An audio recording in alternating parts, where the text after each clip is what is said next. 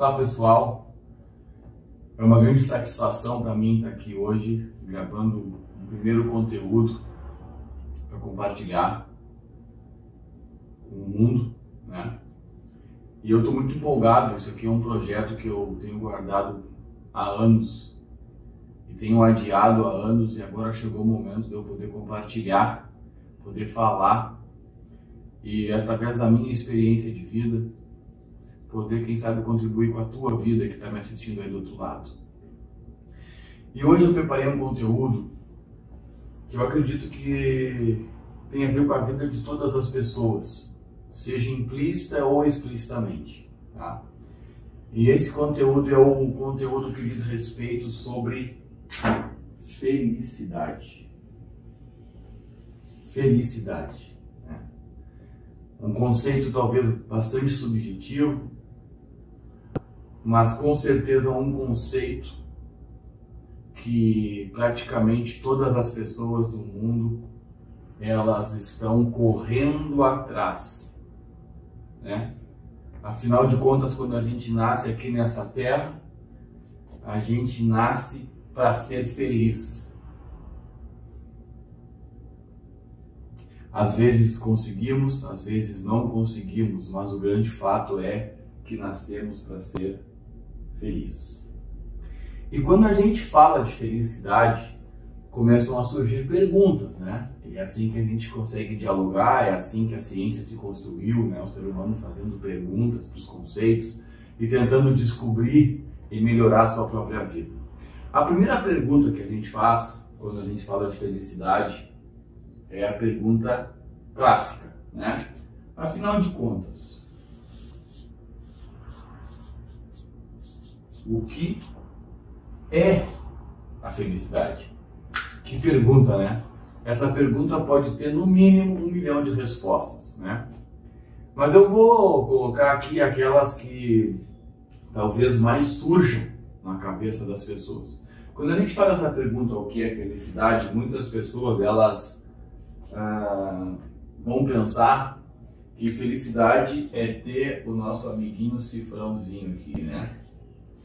Felicidade é conquistar valores monetários, ou popularmente chamado de dinheiro, certo? Bom, se eu conseguir dinheiro, eu vou pagar as minhas contas, eu vou acumular coisas, eu vou poder usufruir da vida, eu vou poder ter mais prazer, porque eu vou poder viajar mais, eu vou poder comprar mais, eu vou poder tudo mais. O dinheiro nos dá essa capacidade de compra, né? Nos dá munição para atirar, né? Então muitas pessoas acabam respondendo mentalmente, às vezes não mentalmente, que é dinheiro, né?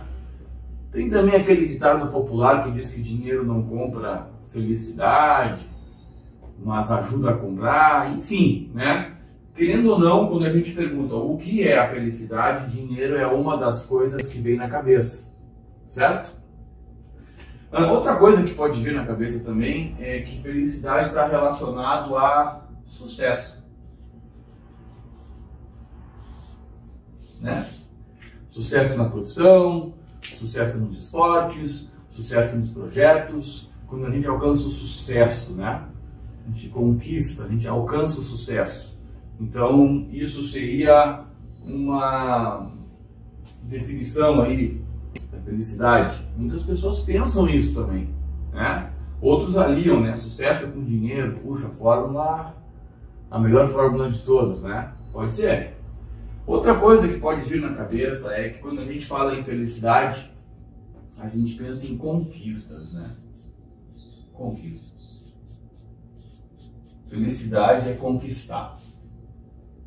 Quando a gente conquista vitórias nos mais variados aspectos da vida humana, a gente está tendo felicidade, né? É um outro conceito, é uma outra resposta que pode vir na cabeça das pessoas, né? Um outro conceito também que pode vir na mente é que felicidade está relacionada ao prazer, né? Então aqui nós temos 4 conceitos talvez os que mais sobem na mente das pessoas quando a gente faz a pergunta clássica do que é felicidade. E não é à toa que quando a gente entra na internet, a gente se depara, né? A gente percebe que a internet, ela tá cheia de conteúdo ou cursos ensinando as pessoas a como ter mais dinheiro. Você deve ter visto vários cursos, vários conteúdos, né? Passando no teu feed do Facebook, no teu feed do Instagram, no YouTube e em outras partes da internet, né? Pessoas tentando ensinar você a ter mais dinheiro com a internet, com um curso que ela quer te ensinar, né? Por que tem tanto curso na internet sobre ganhar dinheiro, como ter mais dinheiro, né? Porque uma coisa que as pessoas almejam muito, elas querem ter dinheiro para melhorar de vida, e por causa disso a gente acaba associando a felicidade ao dinheiro. Por isso tem tanto curso na internet, né? Outros cursos da internet, né, querem te ensinar a ter mais conquistas e mais sucesso. Nossa, a internet também bombardeia a gente com conteúdo hoje sobre como tu produzir mais, né? Como tu organizar melhor o teu tempo para produzir mais. Como ordenar a tua vida, a tua mente para ter mais conquistas, né? A gente aí vai entrar na internet e vai encontrar uma porção de conteúdo, de cursos também te ensinando sobre isso. Como produzir mais, para ter mais sucesso, para ter mais conquistas.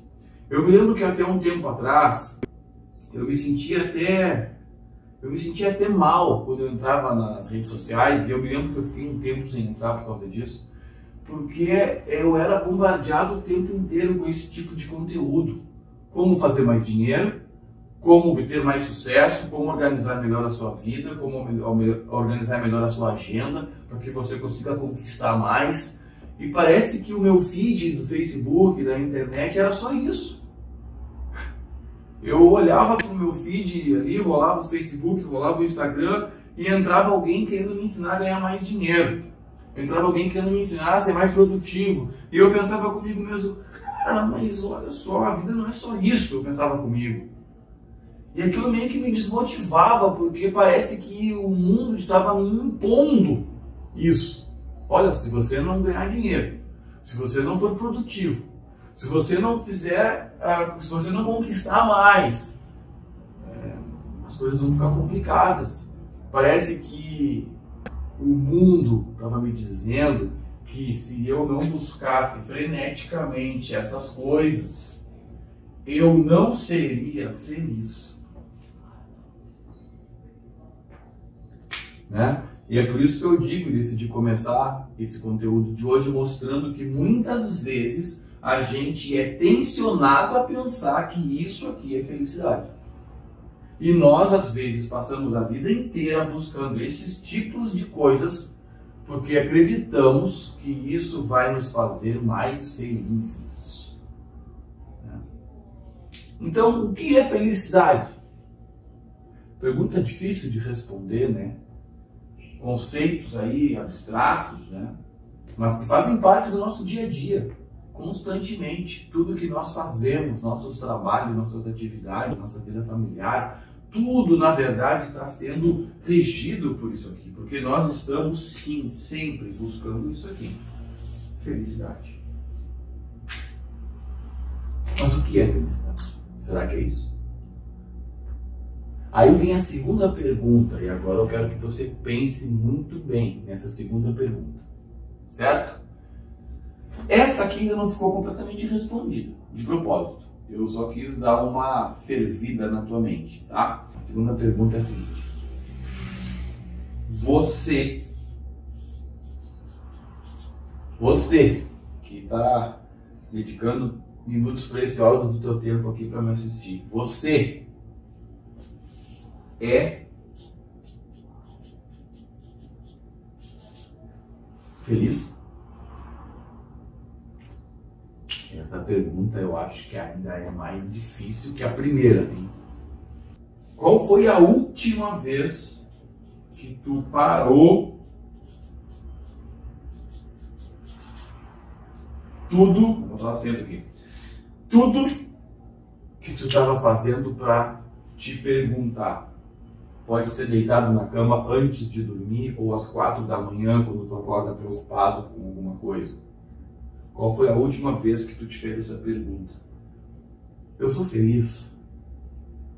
Nesses anos que eu vivi até agora,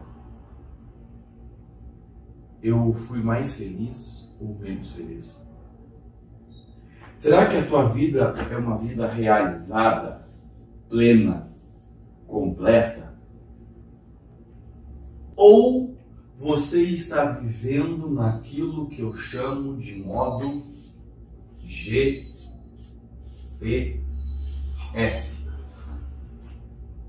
O que é o modo GPS, Marlos?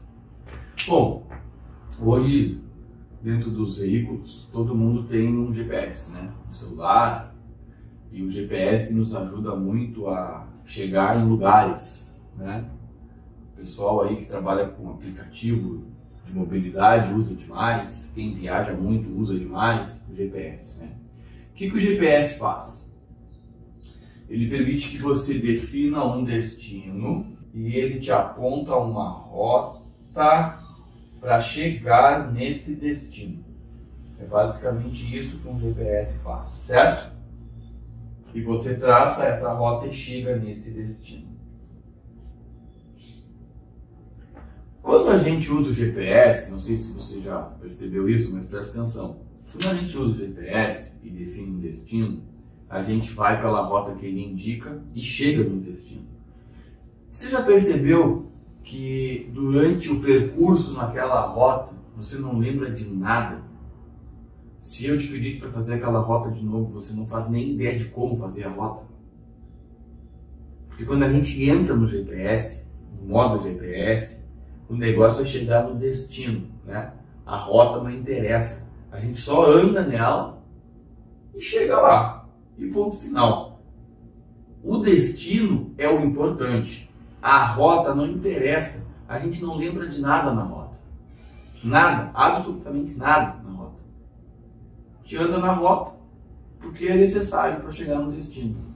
E muitas vezes na rota, nessa rota que a gente anda aqui, a gente passa por lugares sensacionais, mas a gente não percebe nada na rota.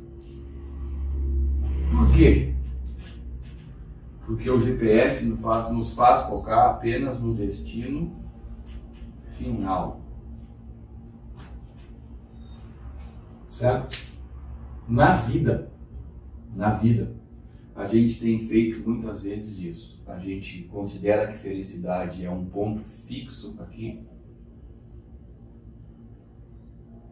E a gente vive a vida tentando chegar nesse ponto fixo aqui. E esquece de todo o percurso que nos conduz ao caminho. Faz sentido? Vou tentar explicar melhor. Dá um passo além. O modo GPS nada mais é do que você acreditar que a felicidade está apenas em um único destino. E ponto final. E toda a sua vida vai se voltar para chegar nesse destino. Você vai esquecer do caminho, porque o caminho não interessa. Você vai esquecer das pessoas, porque as pessoas não interessam. Você vai esquecer de tudo aquilo que faz parte da vida para chegar em um único destino, que você acredita ser felicidade. Eu vou tentar fazer ficar mais fácil esse entendimento, tá? Centenas de anos atrás, viveu um camarada, cujo nome é esse aqui, Copérnico. Já ouviu falar dele, né? Se não ouviu falar, dá um Google lá. O cara inventou bastante coisa importante, descobriu coisas importantes na ciência. E ele vai nos ajudar a entender um pouquinho aí sobre esse modo GPS, tá? A principal descoberta do Copérnico tem a ver com a astrofísica, tá? Na época em que Copérnico vivia, as pessoas, praticamente todas naquela época, acreditavam que, vou botar aqui um círculo, que o Sol girava em torno da Terra.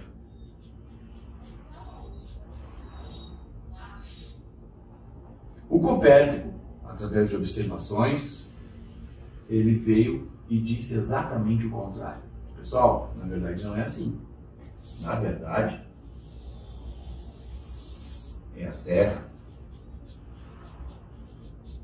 que gira em torno do Sol. E essa descoberta aqui, ela virou o mundo de cabeça para baixo.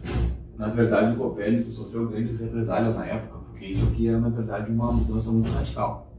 Tá, mas Mário, o que a descoberta do Copérnico tem a ver com o modo GPS? Agora você vai entender. Hoje não. Hoje também. A gente é implicitamente ensinado, tá? Que a coisa funciona mais ou menos assim. Aqui está a felicidade.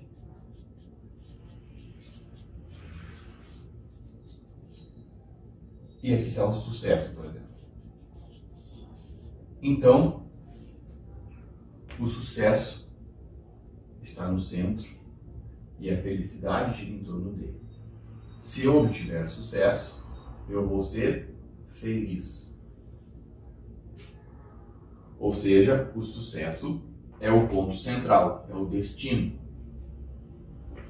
Eu poderia colocar aqui o dinheiro, eu poderia colocar aqui as conquistas, eu poderia colocar aqui qualquer coisa que você diga que é felicidade. E a felicidade vai girar em torno disso. Se você conseguir isso, você vai ser feliz. Se você não conseguir isso, você não vai ser feliz. Olha que louco. Isso aqui, usando uma palavra filosófica, pode ser chamado de monismo. Já ouviu falar disso? Monismo é a ideia de que tudo na vida parte de um princípio básico, elementar. Os filósofos gregos, eles acreditavam muito nisso, né? Que vem aquela história que um dizia que tudo vinha da água, o outro dizia que tudo vinha do fogo. É um monismo, né? Tudo vem de uma coisa só. Então o modo GPS tem muito a ver com o monismo. Você determina, você acredita que a felicidade é algo, o centro, aqui, o sucesso. Então se eu tiver sucesso, eu vou ser feliz. Se eu não tiver sucesso, eu não vou ser feliz. Só que, algumas décadas, a ciência começou a estudar a felicidade de forma científica. Olha que loucura. Mas eu vou falar mais disso daqui a pouco. E as descobertas destas décadas vêm mostrando que, na verdade, a coisa não é esse monismo aqui. Na verdade, assim como o Copérnico descobriu, na verdade, a coisa deveria ser invertida. Você é feliz. E por ser feliz, as outras coisas girarão em torno da felicidade. Sucesso, conquista, prazer, etc, etc, etc. E isso também quer dizer que a felicidade, ela pode ser construída internamente na pessoa. Ela não é dependente de um fator externo. Não é um monismo, na verdade. Essa inversão nos faz entender que não é apenas o destino final que importa, mas que todo o caminho para se chegar lá é importante. Isso nos faz entender que a felicidade não é uma coisa só, mas é algo mais complexo, maior. Não é um monismo, é o contrário. A felicidade, ela depende de diversos aspectos. Bom, eu vou tentar explicar melhor agora usando um pouquinho da minha própria história. A minha história. Pessoal, vou me sentar para falar disso agora. Talvez você se identifique comigo aí no que eu vou te dizer agora, te contar agora. Eu cresci num contexto religioso. Tá? E esse contexto religioso me colocou na cabeça que a minha felicidade se concentraria num ponto fixo aqui. Comecei a ativar o modo GPS, né? E o que era? Eu deveria me tornar um pastor da denominação religiosa da qual eu fazia parte. E a minha vida, então, inteira começou a girar em torno disso. O monismo aqui, ó. Felicidade dependeria de eu ser pastor e de eu me formar um pastor e ser pastor. Tudo giraria em torno disso. E então, ali, nos meus auges de 20 anos, eu fui embora da minha casa, deixei a minha família para estudar teologia. A faculdade iria levar 4 anos. Mas o que eu mais queria era ser pastor, chegar no ponto final aqui. Porque isso aqui para mim era felicidade. Aqueles 4 anos de faculdade eu queria que passassem rápido. Eu queria que o caminho para mim não interessava. Eu queria que passasse rápido porque eu queria ser pastor. Porque eu comecei a acreditar que a felicidade estava nesse único ponto, nesse único destino aqui. Certo? E eu fui estudar, estudei, 4 anos passaram, né? E eu me formei. E eu comecei a ser pastor. Para ser pastor, existem alguns requisitos, né?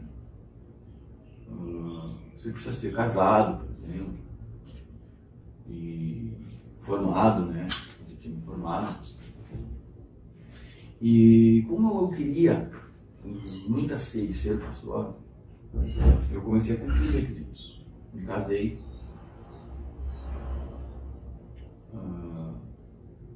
E a decisão do casamento foi uma decisão bastante cega na relação do caminho, né? Eu tomei a decisão de me casar muito mais por causa do destino final, do real sentido que deveria consistir a decisão do casamento, né? Enfim, me formei, me casei e comecei a ser pastor. E teoricamente eu deveria estar feliz. Isso foi em 2006, faz um bom tempo. Só que os anos começaram a se passar e eu percebi que eu não estava feliz. O meu monismo começou a se rachar. As bases começaram a se rachar, se destruir. E aí então chegou um ano crucial na minha vida, que foi o ano de 2015. Esse aqui eu digo que foi o pior e também o melhor ano da minha vida. No início de 2015, eu não era mais pastor, eu estava divorciado e tinha voltado a morar na casa dos meus pais. E quase entrando numa crise depressiva, porque todas as minhas bases no monismo, aquilo que eu achava que iria me trazer felicidade, estavam completamente tombadas.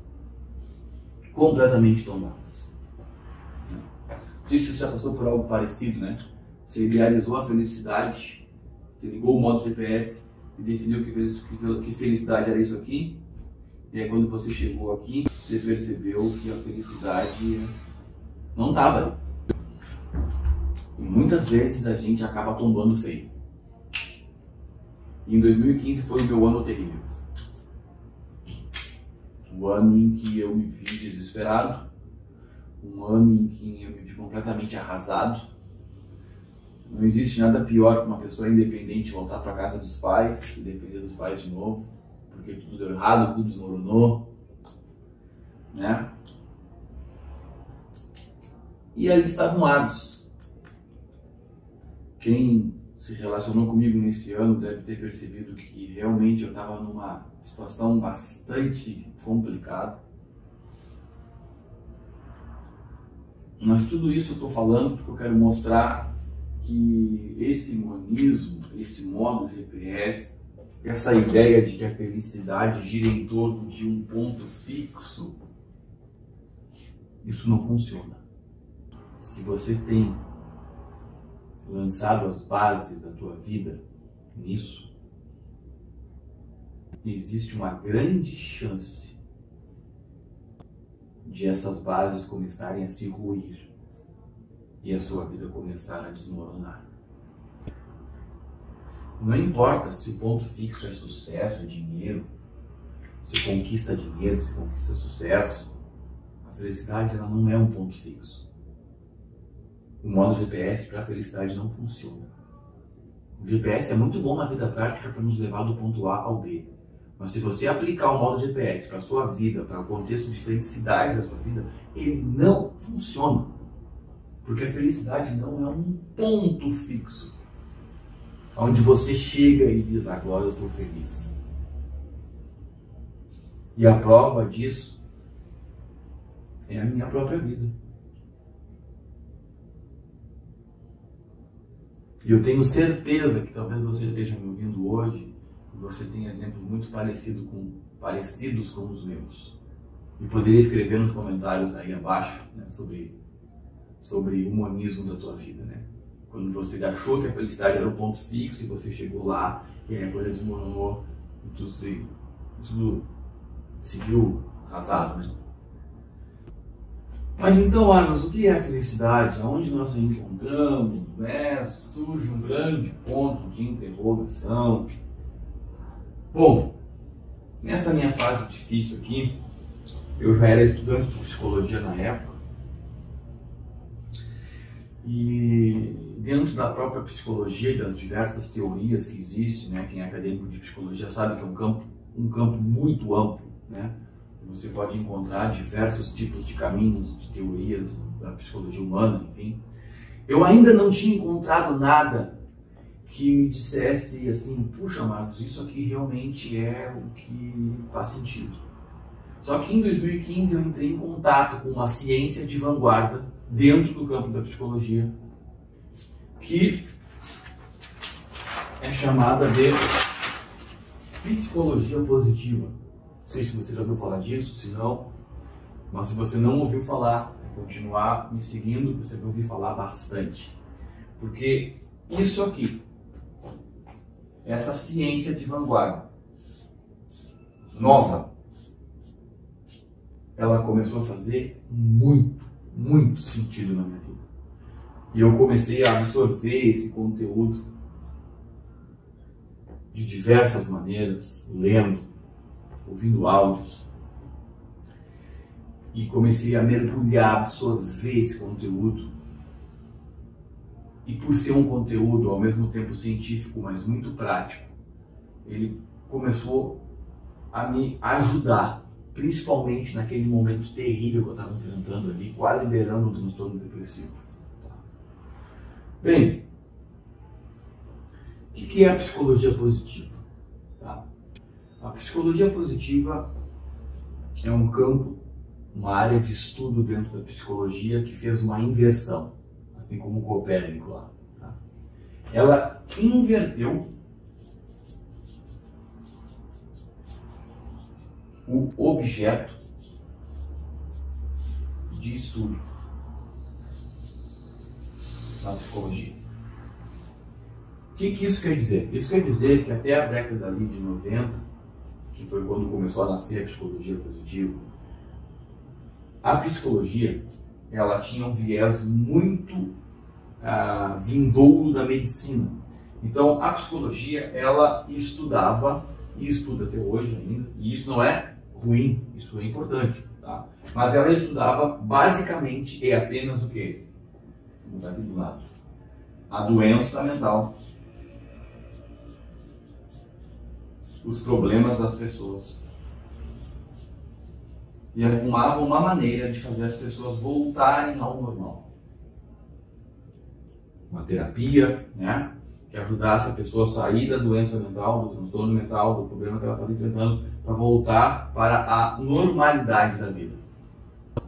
É isso basicamente que até a década de 90 a psicologia vinha estudando, descobrindo como ciência. Tá? A psicologia positiva veio e disse, opa, está faltando uma peça nesse quebra-cabeça. Isso aqui é importante de ser estudado, para ajudar as pessoas que estão com problemas. Só que nós também precisamos começar a estudar aquilo que faz a vida valer a pena.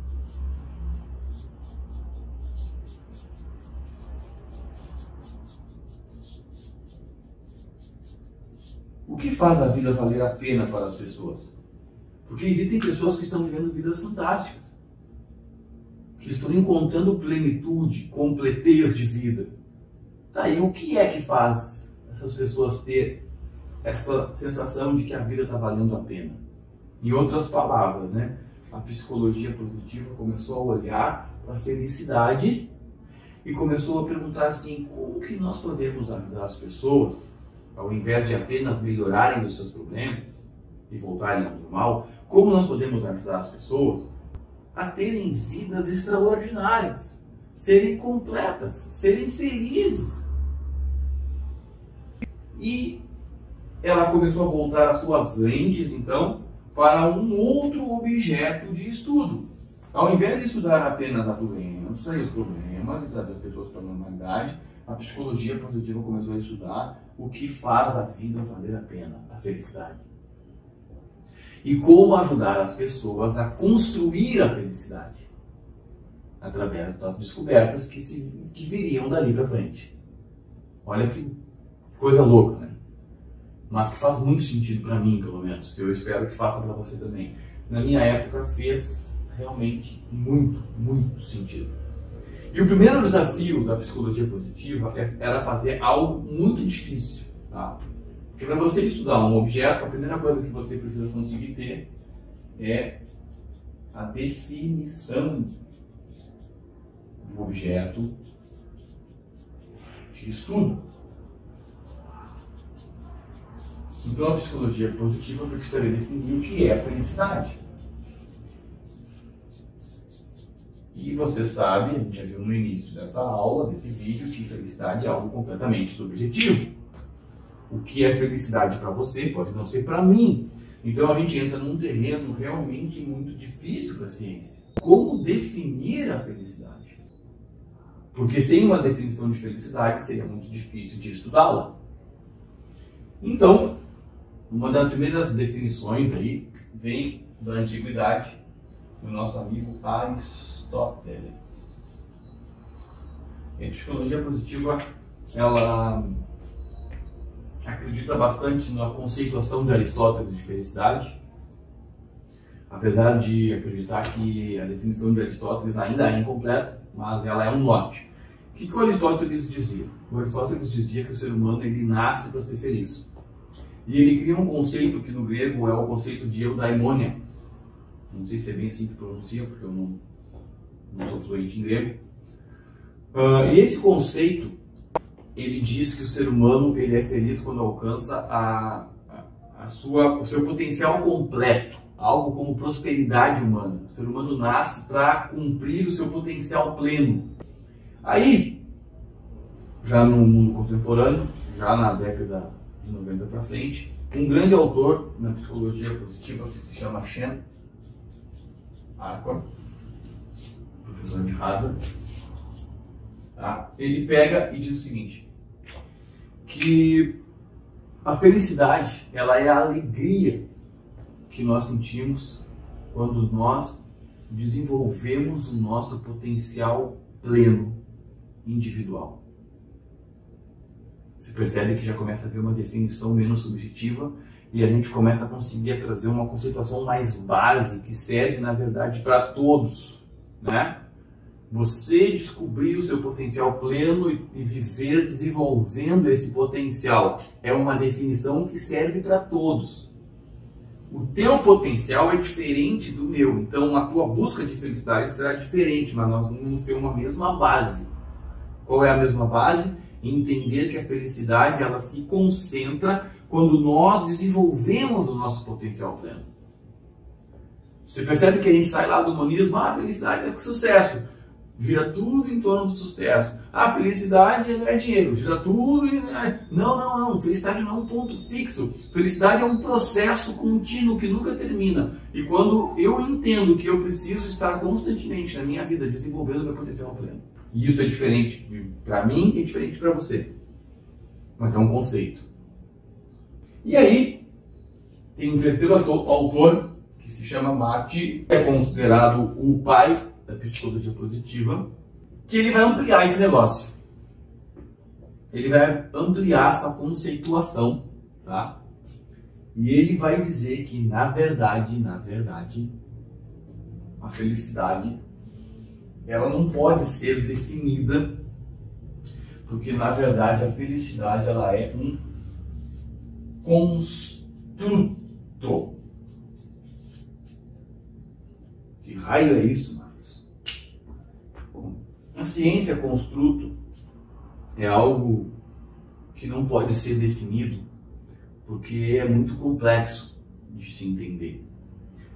Eu vou explicar melhor, para você ficar ligado aí, tá? O Mark Seligman vai dizer que, na verdade, o ser humano ele não está buscando apenas a felicidade, ele está buscando o bem-estar, que é um conceito mais amplo da felicidade. O ser humano está buscando o bem-estar, tá? Bem-estar. E esse bem-estar, então, é o construto. Então, Marcos, explica que raio é esse negócio de construto. Construto é algo que não pode ser conceituado.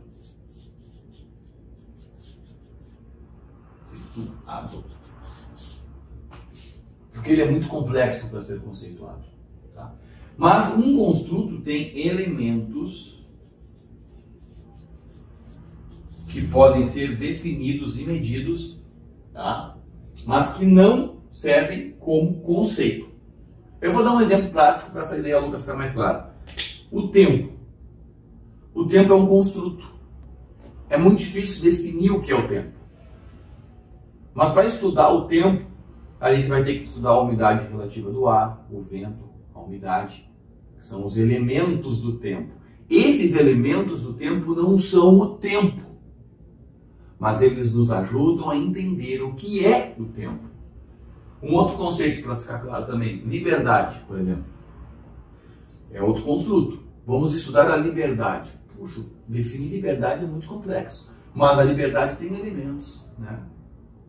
Quando você vai, por exemplo, trabalhar eleições no país, você vai ter que ter um eleitorado, você vai ter que ter candidatos, você começa a ter elementos que explicam a liberdade, mas que não são a definição de liberdade. Então o Mark Seligman diz que o ser humano está em busca do bem-estar. O bem-estar é um construto que não pode ser definido, mas existem elementos básicos que nos ajudam a entender o que é esse bem-estar. E a definição dele, então, de felicidade ou de bem-estar, como ele prefere, e eu também, é ter um equilíbrio nos 5 elementos que compõem o bem-estar. E quando um ser humano tem equilíbrio nesses 5 elementos, então ele tem uma vida completa, ele se sente realizado. Tá? Então, vamos lá e entender que 5 elementos são esses. Emoções positivas. Isso é um conceito subjetivo interno, tá? Emoções positivas. O indivíduo precisa sentir na vida dele emoções positivas. É um elemento do bem-estar, tá? Mas não é o único. O segundo elemento do bem-estar é o EG aqui, tá? Que na verdade é a sigla que eu uso para engajamento.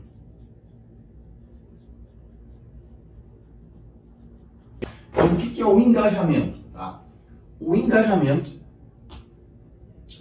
é diferente, completamente diferente das emoções positivas. O engajamento tem a ver com aquilo que é chamado de flow, ou seja, é uma atividade que uma pessoa exerce, faz, e que quando ela faz essa atividade, ela sente uma coisa tão fantástica que é como se o mundo parasse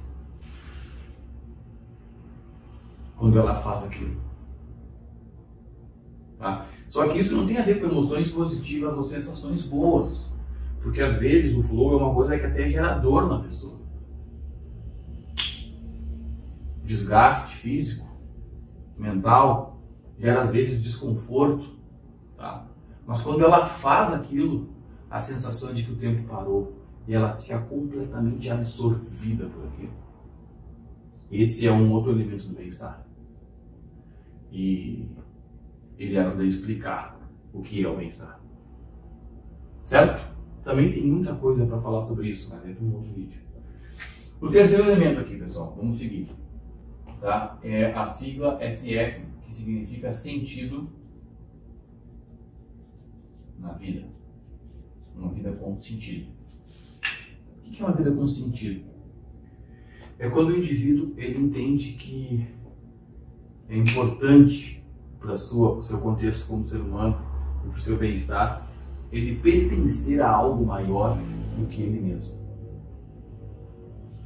O flow é algo individual, o indivíduo faz para ele. O sentido na vida é algo coletivo. O indivíduo pertence a algo que é maior do que ele mesmo. Pode ser um clube de motoqueiros, pode ser uma religião, pode ser um grupo político, pode ser qualquer coisa que tenha um coletivo e que tenha uma causa e que o indivíduo ele entra para ali para dentro e ele percebe que aquilo é maior do que ele mesmo. Esse é o terceiro elemento do bem-estar. O quarto elemento do bem-estar são as realizações.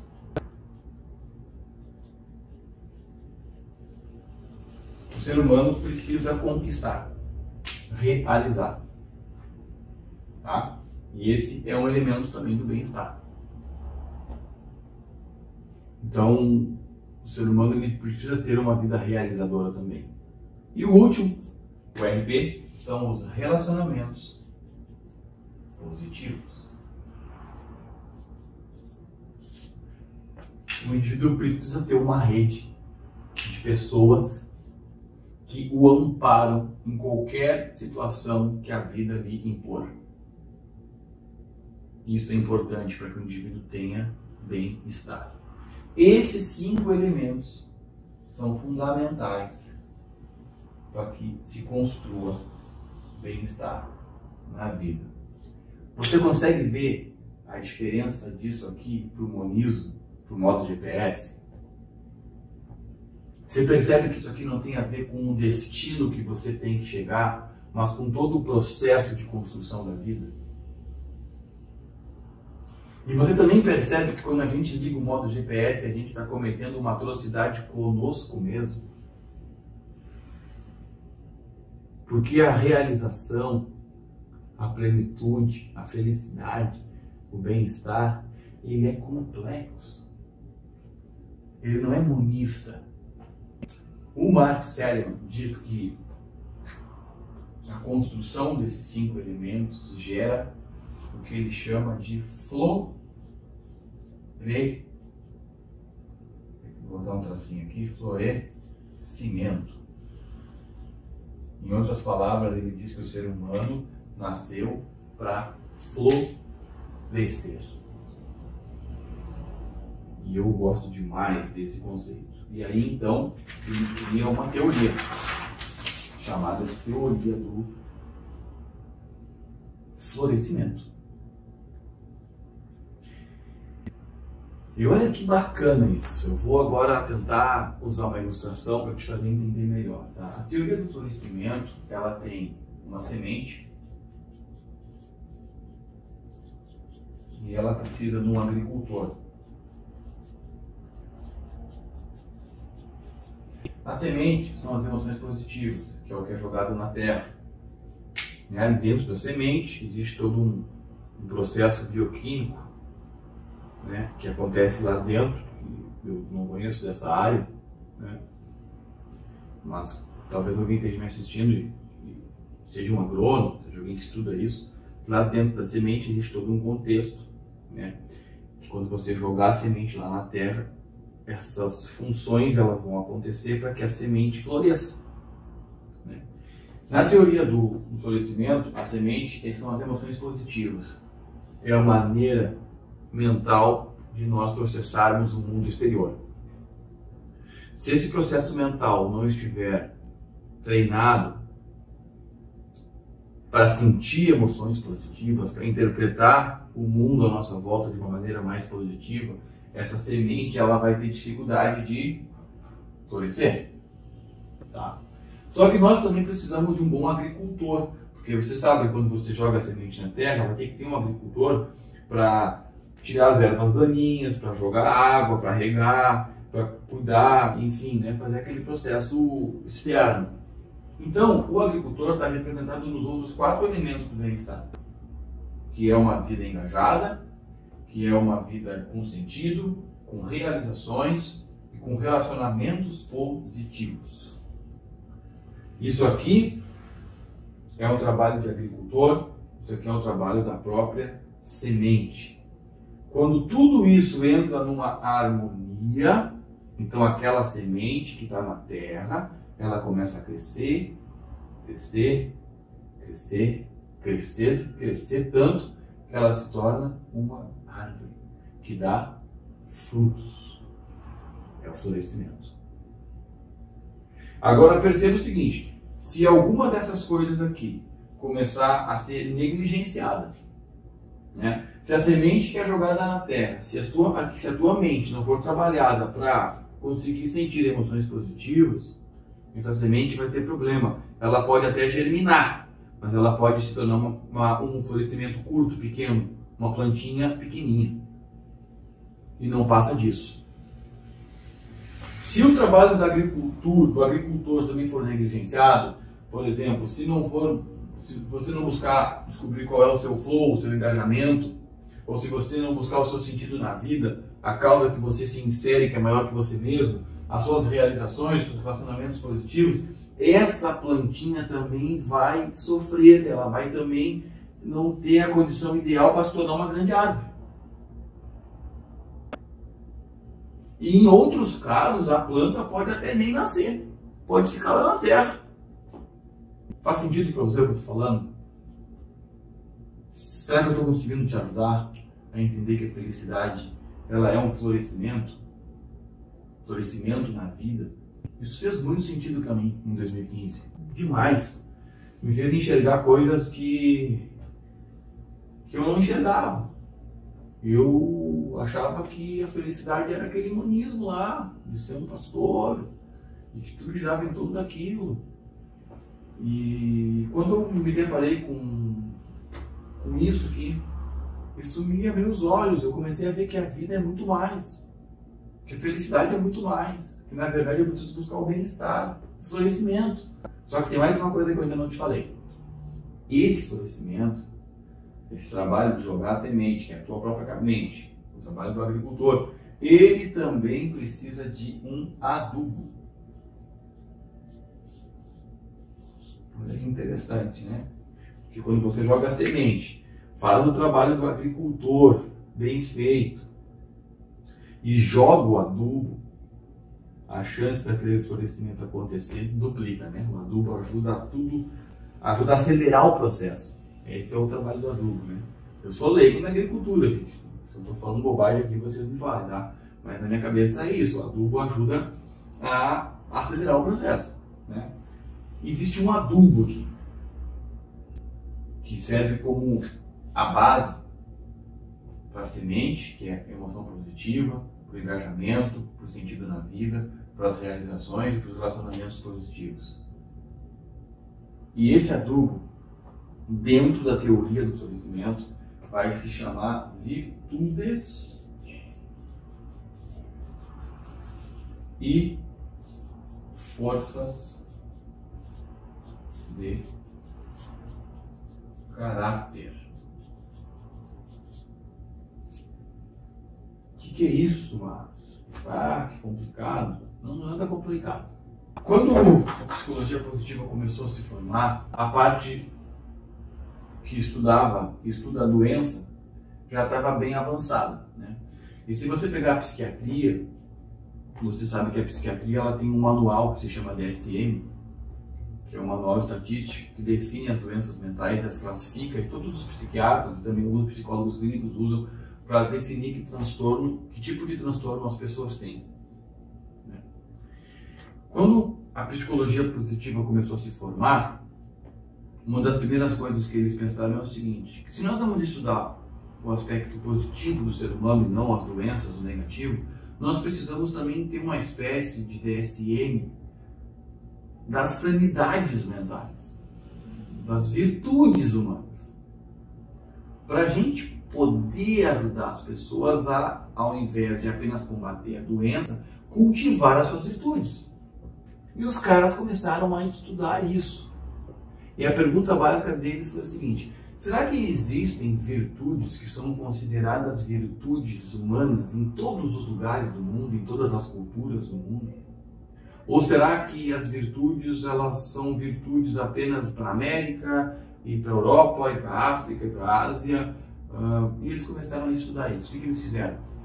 Pegaram as principais religiões mundiais, cristianismo, budismo, islamismo, pegaram até o código samurai, pegaram os principais filósofos e começaram a fazer um apunhado de estudo para descobrir ali o que cada cultura considerava virtude.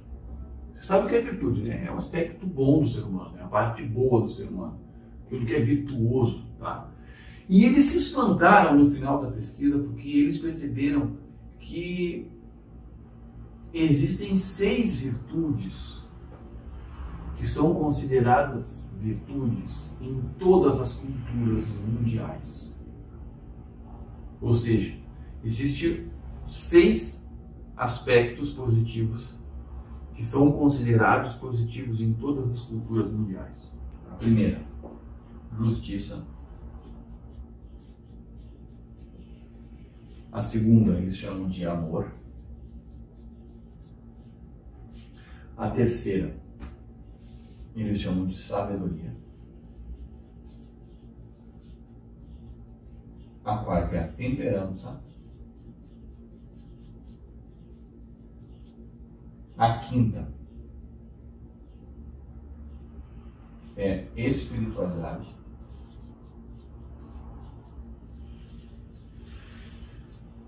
E a sexta, coragem. Essas são as virtudes humanas. Só que as virtudes também são construtos que não podem ser definidos num conceito. Então, eles trabalharam e descobriram que existem 24 forças de caráter que fazem essas virtudes se materializarem e serem mensuráveis na vida de uma pessoa. Vou te dar um exemplo. A coragem tem a bravura, é uma força de caráter da virtude. Coragem, bravura. Ter bravura de enfrentar as situações. É uma força de caráter que pode ser mensurada, que faz parte da virtude da coragem. No campo da espiritualidade, por exemplo, tá? Existe aqui a força da gratidão. A gratidão pode ser medida, pode ser mensurada. Tá dentro da espiritualidade. Então existem 24 forças, isso aqui é conversa para uma outra aula também, tá? Que quando exercitadas, elas geram dentro do indivíduo uma sensação de gratificação espontânea. Tá? E é interessante que cada pessoa, eu vou dar para cá, ela possui cerca de 5 a 8 forças que fazem parte da sua própria personalidade. Ela exerce sem esforço, faz parte dela. E quando ela exerce aquilo gera automaticamente dentro da pessoa a emoção positiva. Então, o adubo é o quê? É a descoberta que você possui virtudes e que você possui forças de caráter. Quando você usa as suas forças de caráter para melhorar as emoções positivas, o engajamento, o sentido na vida, as realizações, os relacionamentos pessoais. Então, você acelera o processo do florescimento. E existem maneiras de te ajudar a descobrir quais são as suas virtudes, quais são as suas forças de caráter. E existem maneiras de aprender a colocar e inserir elas no nosso dia a dia. E isso tudo vai gerar o quê?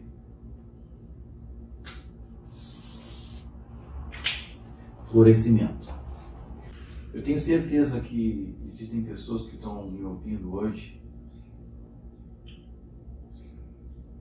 que talvez estejam como eu em 2015. O humanismo falhou, aquilo que ela definiu como felicidade ela percebeu que não é. Que tal você passar a florescer na vida? A desenvolver os teus plenos potenciais, a construir bem-estar, a construir florescimento, porque a grande sacada da psicologia positiva é mostrar que a felicidade, que o bem-estar, ele pode ser construído, está nas nossas mãos. Eu preciso fazer alguns ajustes. Faz sentido para você, como fez para mim? Então fica ligado, que eu vou continuar postando conteúdo sobre isso, certo? Forte abraço e até a nossa próxima aula sobre bem-estar, felicidade e aquilo que faz a vida valer a pena.